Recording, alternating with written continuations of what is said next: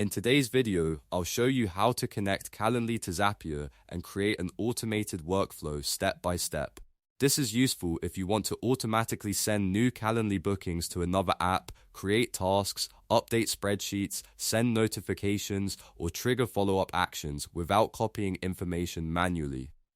By connecting these two platforms, you can turn a Calendly event into the starting point for a complete automation. If this tutorial helps you, take a moment to like the video and subscribe to the channel for more software tutorials and automation guides. Alright, let's get started. First, open your browser and go to Zapier.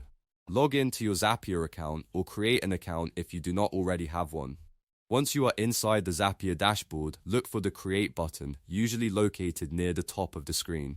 Click Create and then select Zap. A Zap is an automated workflow made up of a trigger and one or more actions. The trigger is the event that starts the automation, and the action is what Zapier does afterward. In this case, Calendly will be the trigger app because we want Zapier to respond when something happens in Calendly.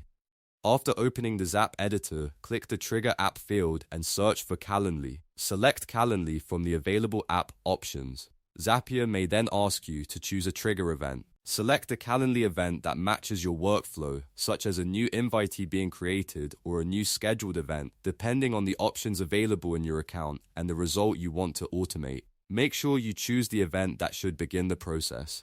Next, Zapier will ask you to connect your Calendly account. Click the Sign In or Connect option. A new window may appear asking you to log in to Calendly. Enter your Calendly credentials and continue through the connection process. When Calendly displays the authorization request, review the permissions carefully and click Authorize to allow Zapier to connect to your account. After authorization is complete, you should return to Zapier. Confirm that the correct Calendly account is selected in the connection field. This is especially important if you manage multiple Calendly accounts or work with more than one organization. If the wrong account is connected, your Zap may not receive the events you expect. Now continue to the action step. This is where you choose the app that should receive information from Calendly. Click the Action App field and search for the application you want to use. You could connect Calendly to Google Sheets, Gmail, Slack, Microsoft Teams, Trello, Asana, HubSpot, or another supported app. Choose the app that matches the automation you want to create. After selecting the action app, choose the specific action event. For example, you might create a spreadsheet row, send an email, post a message, create a task, or add a new contact. The available actions will depend on the app you selected. Choose the action that should happen whenever the Calendly trigger occurs. Zapier will then ask you to connect the Action App account if it is not already connected. Follow the on-screen instructions to sign in and authorize that app. Once the account is connected, configure the action fields. This is where you tell Zapier exactly what information to send from Calendly to the other application. For example, if you are sending a Calendly booking to a spreadsheet, you can map the invitee's name, email address, event type, booking time, meeting link, and other available details into the appropriate spreadsheet columns. If you are sending a notification to Slack, you can create a message that includes the attendee's name, appointment time, and meeting link.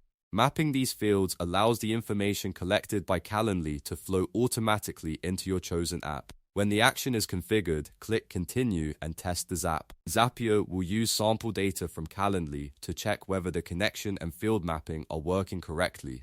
Review the test result carefully. Confirm that the information appears in the correct fields and that the action completed successfully in the connected app. If the test fails, check that the correct Calendly account is connected, that the trigger event has sample data, and that all required action fields have been completed.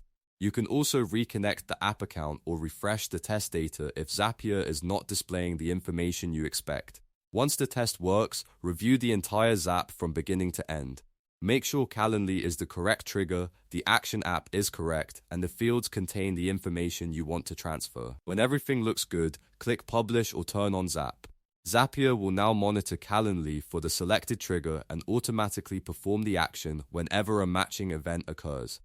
Keep in mind that the exact timing of an automation can depend on your Zapier plan and the connected apps. It is a good idea to complete one real test booking or use a controlled test event before relying on the workflow for important business processes. And that's how to connect Calendly to Zapier. You logged into Zapier, created a new Zap, selected Calendly as the trigger app, authorized your Calendly account, connected an action app, configured the automation, tested it, and published the workflow. If this video helped you connect Calendly to Zapier, please like the video and subscribe for more step-by-step automation tutorials. Thanks for watching, and I'll see you in the next video.